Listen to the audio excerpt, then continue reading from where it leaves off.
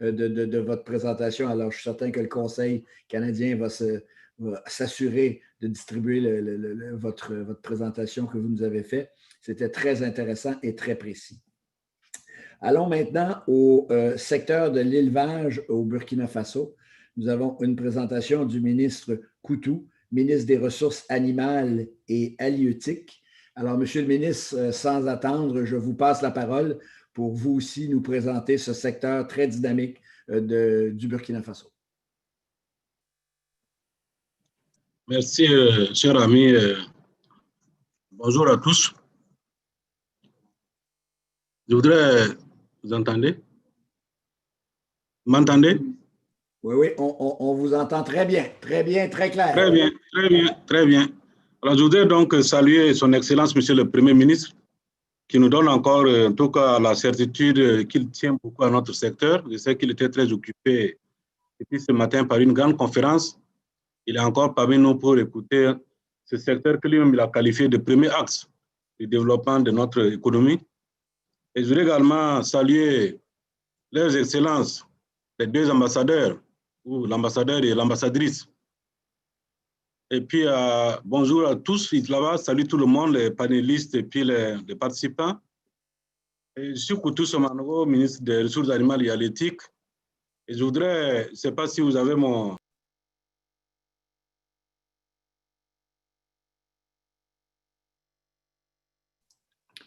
Monsieur le ministre, votre micro s'est fermé.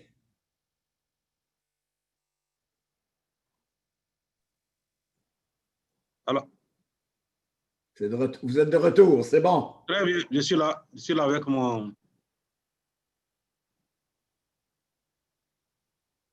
C'est mon technicien.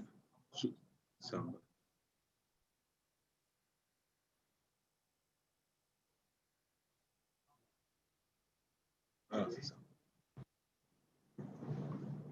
Et voilà, donc je crois que nous y sommes. Ce sont les technologies. Voilà. Alors donc, nous avons un secteur de l'élevage et de la pêche, comme on les appelle communément. Mais nous, ici, c'est le secteur des ressources animales et halieutiques qui constitue en tout cas le troisième pilier de l'économie, comme je le disais, avec une contribution de 12% au PIB, et aussi, en tout cas, qui constitue le troisième produit après les produits miniers et agricoles. Et nous sommes, en tout cas, contributeurs de 40% des revenus monétaires au niveau des ménages ruraux, au profit des ménages ruraux. Et le secteur de l'élevage joue un grand rôle central dans notre approche de développement, en tout cas depuis les 5 années, à travers les différentes filières animales. C'est un secteur qui est totalement une source de croissance, puisque vous verrez bien dans notre exposé qu'il reste encore en deçà de son exploitation. Au niveau du cadre juridique, nous avons en tout cas un contexte légal et législatif, comme le ministre, mon collègue vient de l'évoquer. Je pense que le Premier ministre aussi avait fait allusion à ce cadre qui, en tout cas, qui est très riche et très favorable aux investisseurs, sur lesquels je ne vais pas revenir puisque ce sont les mêmes textes qui régissent les deux secteurs. Donc, nous allons rapidement vous amener au niveau des politiques, parce que le secteur des ressources animales aussi est régi par un arsenal de politiques tant au niveau sectoriel qu'au niveau national, qui encadre l'activité et qui donne en tout cas tous les renseignements nécessaires pour qu'on puisse s'atteler au développement de ce secteur-là. Donc, nous avons, comme vous le voyez, une politique sectorielle dans le cadre de la production agro-silvo-pastorale, une politique nationale de la sécurité alimentaire et nutritionnelle. Tous ces textes ont été évoqués par le ministre de l'Agriculture. Il faut noter qu'ici, nous avions aussi pu, en tout cas au niveau légal, adopter une loi de la santé animale et de la santé publique vétérinaire pour que nous puissions encadrer nos activités et pouvoir en tout cas avoir des produits de qualité. Alors, donc, au niveau de l'état des lieux, des chaînes de valeur des productions animales et halieutiques, vous verrez que nous pourrons vous dire qu'au niveau des forces, nous avons bien sûr des forces, mais aussi des faiblesses que nous allons vous évoquer pour vous amener aux opportunités d'investissement qui pourront intéresser en tout cas les grands investisseurs canadiens. Et au niveau de l'importation, de l'importance des marchés, nous avons comme force un marché, disons des marchés, parce que même le marché national, nous n'arrivons pas à satisfaire ce marché, puisque aussi bien dans toutes les filières, nous avons des compagnies minières qui sont ici et qui sont des grands consommatrices de bétail viande, de lait, d'œufs et puis de poulet.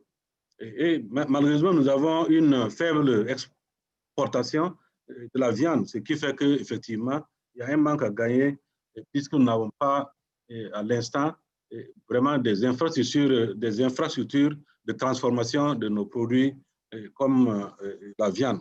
Donc, une des opportunités déjà sont au niveau de l'implantation de véritables pôles de développement d'industrie de la viande, particulièrement des abattoirs modernes qui répondent aux normes internationales et qui seront en mesure non seulement de satisfaire le marché national, mais également de satisfaire le marché régional et international.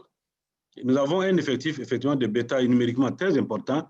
Nous venons de faire un recensement de notre cheptel qui nous donne, en tout cas, malgré les difficultés, des chiffres très prometteurs et qui font qu'effectivement notre élevage va de plus en plus au niveau de production, même si jusque-là nous sommes encore à un élevage pas totalement moderne, mais qui effectivement offre des opportunités de modernisation. Si bien que nous avons aussi, bien que j'avais bien noté la faiblesse dans les moyens de transformation, nous avons également une insuffisance au niveau de l'aliment pour le bétail. Et donc, c'est une opportunité pour les investisseurs de pouvoir implanter des unités de transformation, de fabrique d'aliments pour tous ces cheptels-là. Et donc, si nous poursuivons avec nos forces, il faut dire que nous avons un besoin important en matière de produits laitiers sur le plan national. Et il faut noter que nous ne produisons que 10% de notre consommation et le reste est importé jusque-là. Et vous savez bien qu'avec le développement de nos écoles et notre politique de faire nourrir nos élèves par le lait local, c'est totalement un grand marché qui s'offre à tout investisseur qui pourrait être intéressé. Il y a bien sûr des faiblesses puisque nous avons dit que nous n'avons pas assez d'unités modernes de transformation de ces produits laitiers. Nous avons également des races qui sont génétiquement importantes puisque nous avons au Burkina Faso mis en place un secrétariat permanent dans ce cadre. Malheureusement, nous ne sommes pas encore à des vaches performantes qui puissent nous donner des titres assez importants de lait. Donc tout ça, c'est des opportunités qui peuvent s'offrir à nos partenaires, soit d'installer des unités modernes de traitement et de transformation du lait, des unités de transport du lait dans toutes les régions et aussi des unités de multiplication d'animaux performants, aussi bien en embouche que laitiers. Toujours au niveau de l'état des lieux, il faut noter également que le poulet local et les œufs de ces poulets que vous connaissez qui sont très prisés au niveau national et dans la sous-région, malheureusement, nous avons l'absence totale d'abattoirs modernes. Nous n'avons pu installer que 2 à Ouaga et à Bobo-Dioulasso, totalement insuffisants. Donc, cela offre également une opportunité d'investissement dans l'implantation d'unités modernes d'abattage de volailles. Je pense que, parlant de volailles locales, M. Benoît Lassalle qui nous dit, j'apprends qu'il est là, il est venu ici plus de centaines de fois. Et je suppose qu'il a consommé plus de 100 poulets bicyclettes et qu'il a pu mesurer le goût de ces poulets et qui sont très prisés au niveau régional dans tous les pays qui nous entourent et au-delà même en Afrique centrale. Donc, c'est vraiment une opportunité très large, sans compter, comme je le disais tantôt, les compagnies minières qui sont en tout cas très nombreuses au Burkina Faso et pour lesquelles nous n'arrivons même pas à satisfaire le tiers de leurs demandes. Donc, c'est là également, en tout cas, une opportunité pour ceux qui veulent s'implanter dans la production, la transformation et la commercialisation de la volaille locale et aussi bien de la volaille moderne. Et là aussi, il faut dire que nous avons déjà, depuis quelques années, nous sommes lancés aussi dans l'exploitation de la volaille de l'agriculture moderne et qui a ses difficultés, bien sûr, surtout au niveau en termes d'aliments pour volailles.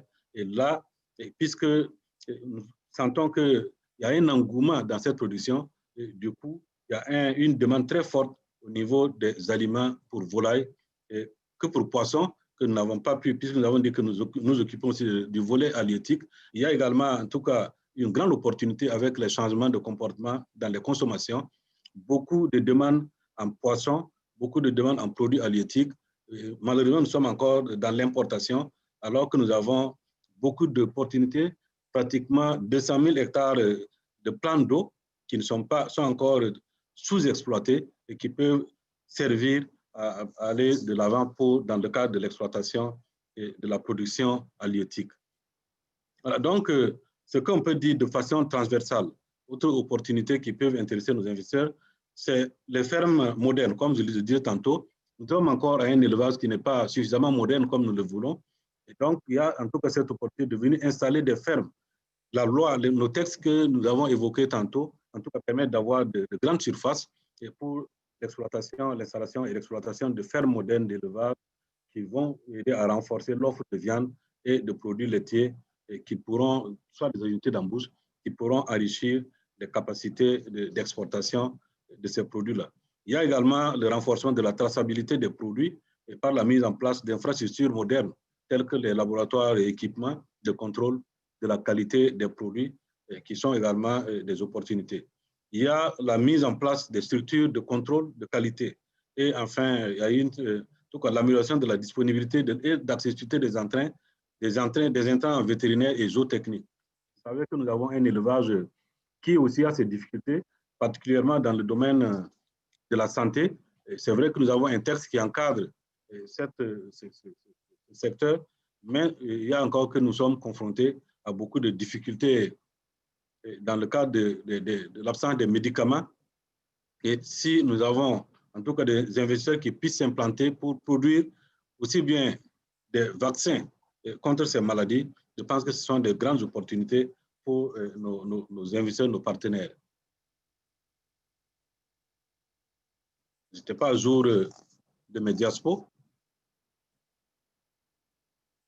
Donc, dans le cadre de la coopération, ce que nous pouvons dire de tout ce qui précède, il y a que, en tout cas, vraiment, il y a la matière à travailler dans le sous-secteur des ressources animales et halieutiques dans notre pays, le Burkina Faso.